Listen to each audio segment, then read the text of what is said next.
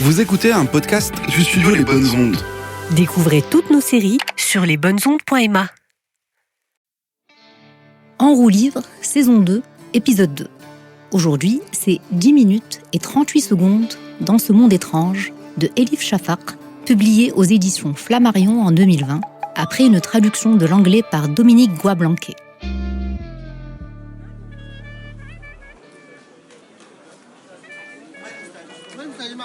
Istanbul était une illusion.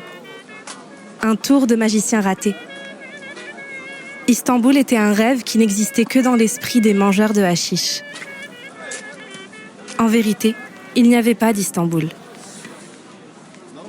Il existait de multiples Istanbul, en lutte, en rivalité, en collision. Chacune sachant qu'à la fin, une seule pouvait survivre. Il y avait, par exemple, une Istanbul ancienne, qu'on traversait à pied ou en bateau. La cité des derviches itinérants, des diseurs de bonne aventure, marieuses, marins, peigneurs de coton, batteurs de tapis, porteurs avec leurs sacs d'osier sur le dos. L'Istanbul moderne. Une expansion urbaine sillonnée par des voitures et des motos qui se ruaient en tous sens. Des camions de chantier chargés de matériaux destinés à construire encore plus de centres commerciaux, de gratte-ciel, de sites industriels. L'Istanbul impériale contre l'Istanbul plébéienne. L'Istanbul mondiale contre l'Istanbul provinciale. Cosmopolite contre chauvine. Mécréante contre pieuse. Une Istanbul phallocrate contre une Istanbul féminine qui s'était choisie Aphrodite, déesse du désir, mais aussi du conflit, pour symbole et protectrice. Et puis il y avait l'Istanbul de ceux qui étaient partis depuis longtemps, embarqués vers des ports lointains. Pour eux, cette cité serait toujours une métropole faite de souvenirs, de mythes et d'attentes du Messie, toujours fugace, comme le visage d'une amante qui disparaît dans la brume.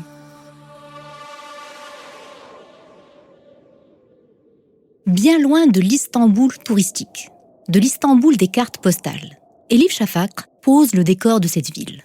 Pour elle, je cite, « Istanbul vous fait comprendre, peut-être pas de façon intellectuelle, mais intuitive, qu'Orient et Occident sont, in fine, des concepts imaginaires, qui peuvent donc être déimaginés et réimaginés. Orient et Occident ne sont pas comme l'eau et l'huile, ils se mélangent. Et dans une ville comme Istanbul, ils se mélangent de façon intense, incessante et époustouflante. » Fin de citation. Ce mélange n'est pas sans conséquences sur les êtres humains, surtout les marginaux, les laissés pour compte, les broyés du système.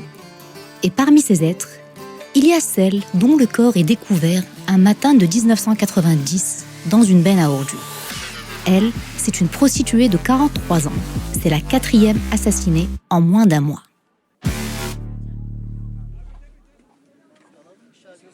Elle s'appelait Leyla, Tequila Leyla.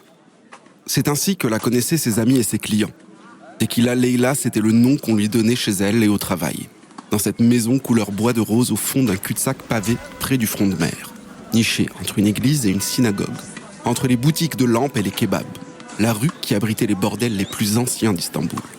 N'empêche, si elle vous entendait tenir ce genre de propos, elle pourrait se vexer et vous balancer à la tête, par jeu, une de ses chaussures à talons aiguilles. C'est, chérie, pas c'était. Mon nom, c'est Tequila Leyla. Jamais, au grand jamais, elle n'accepterait qu'on parle d'elle au passé.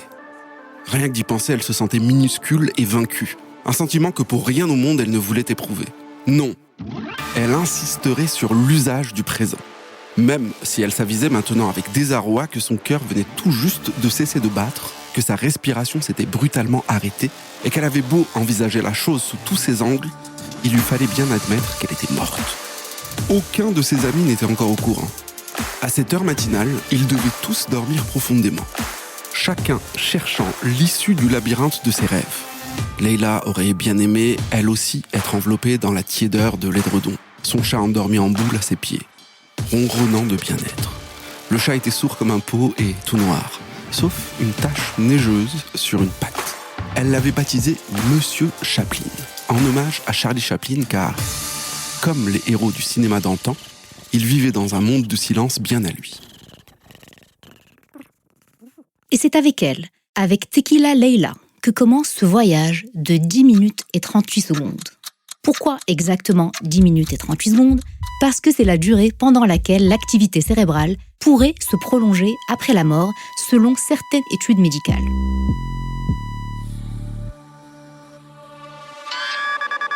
Dans la première partie du roman, nous suivons l'esprit de Tequila Layla. Minute après minute, comme dans une projection plus que privée, elle nous retrace le film de sa vie. Qui est celle qui naît sous le nom de Layla Afif Kamil, autrement dit chaste et perfection, en 1947 ?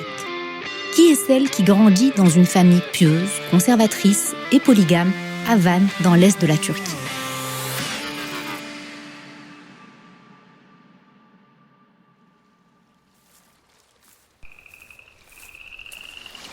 Layla raconte son enfance, le goût de la terre battue, la saveur du fraisier, l'odeur de la friture de moule et la fraîcheur de la pastèque. Elle raconte des abus sexuels dès l'âge de 6 ans par son oncle. Des abus qu'elle ne comprend pas, qu'elle ne conscientise pas. Pas plus qu'elle ne comprend ni conscientise sa grossesse précoce ou la fausse couche qui suit. Elle raconte le silence de sa famille quand elle finit par leur parler de cet inceste. Elle raconte comment elle s'enfuit la veille d'un mariage forcé avec un cousin, au passage le fils de l'oncle violeur, c'est bien plus pratique. Elle raconte comment elle débarque à Istanbul, où elle devient Tequila Layla après avoir été vendue à un bordel coincé entre une église et une synagogue. Elle raconte comment, seule au milieu du chaos, elle se constitue une autre famille. Il y avait 2 genres de familles dans ce monde. Les parents formaient la famille de sang et les amis, la famille d'eau. Si votre famille de sang était gentille et affectueuse, vous pouviez remercier votre bonne étoile et en profiter le mieux possible. Sinon, il restait un espoir. Les choses pouvaient s'arranger quand vous seriez en âge de quitter votre nid si peu douillet. Quant à la famille d'eau, elle se formait bien plus tard dans la vie et c'était vous, en grande partie, qui la composiez. Certes, rien ne pouvait remplacer une famille de sang aimante et heureuse. Mais à défaut, une bonne famille d'eau pouvait laver les blessures et le chagrin amassés au fond de soi comme de la suie noire. Il était donc possible pour vos amis de trouver une place précieuse dans votre cœur et d'y occuper plus d'espace que tous vos parents réunis. Mais ceux qui n'ont pas eu à vivre l'expérience d'être rejetés par leurs proches ne comprendront jamais cette vérité. Vivraient-ils 1 million d'années ? Ils ne sauront jamais que dans certains cas, l'eau coule plus épaisse que le sang.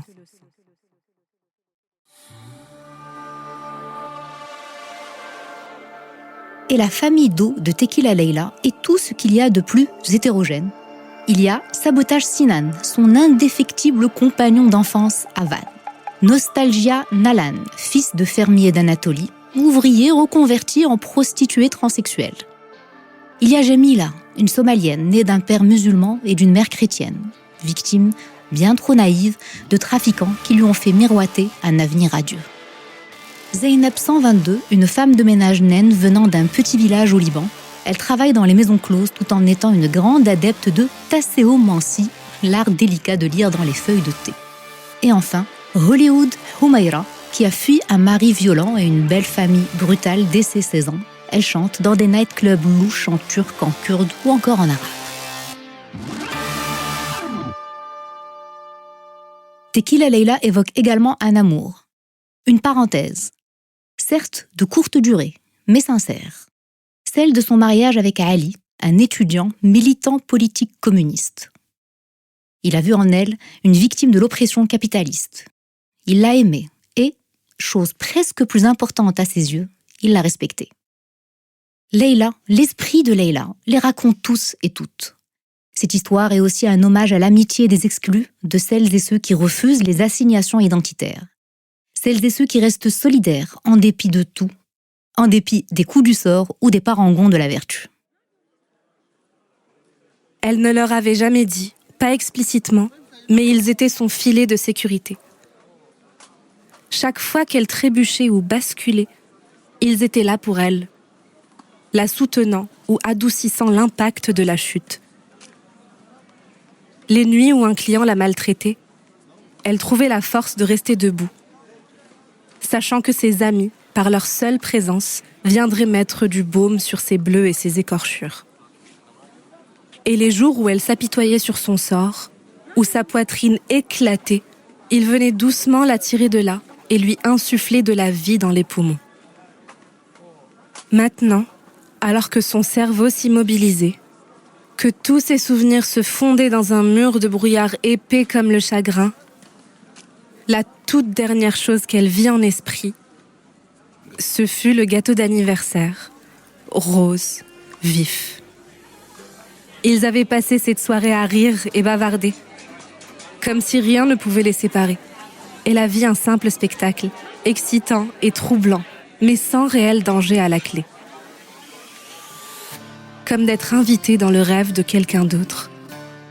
Ainsi s'achève cette première partie, la plus longue, celle de l'esprit, celle des 10 minutes et des 38 secondes. Vient ensuite la partie intitulée « Corps ». Et le corps, c'est évidemment celui de Tequila Leila. Ce corps non réclamé par sa famille de sang, mais que sa famille d'eau ne supporte pas de voir enterrer à Quilios, dans le cimetière des abandonnés.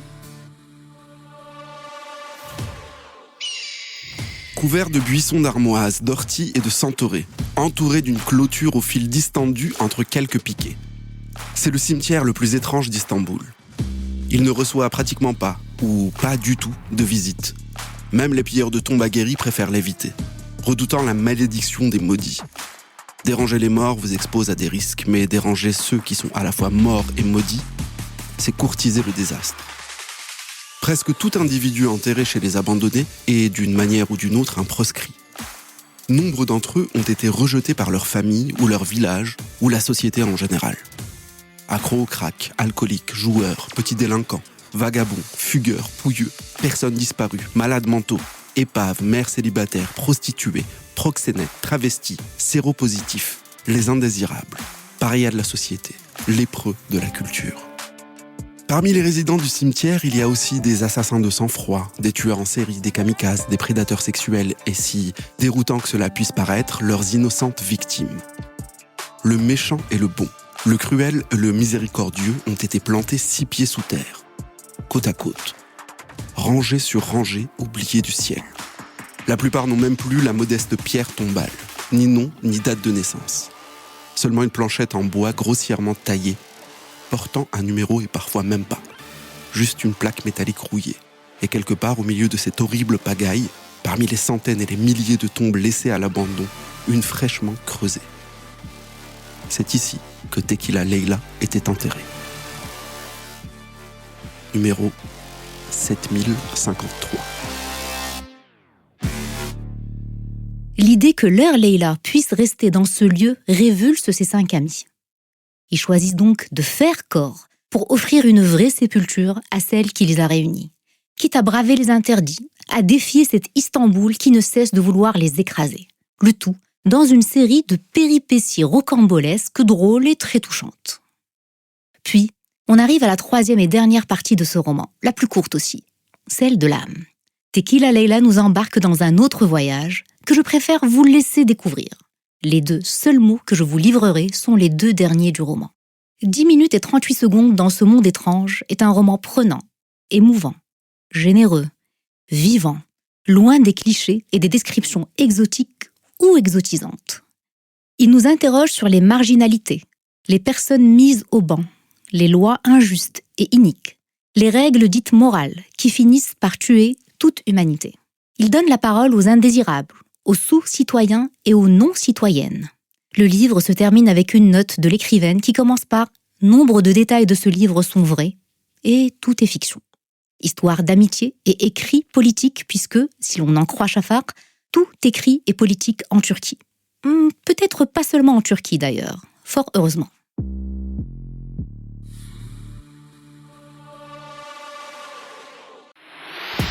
Pour ne rien rater de nos prochaines sorties, Suivez le studio Les Bonnes Ondes sur Instagram et LinkedIn. et si vous aimez ce qu'on fait, Parlez-en autour de vous. Le bouche à oreille, c'est notre meilleure onde.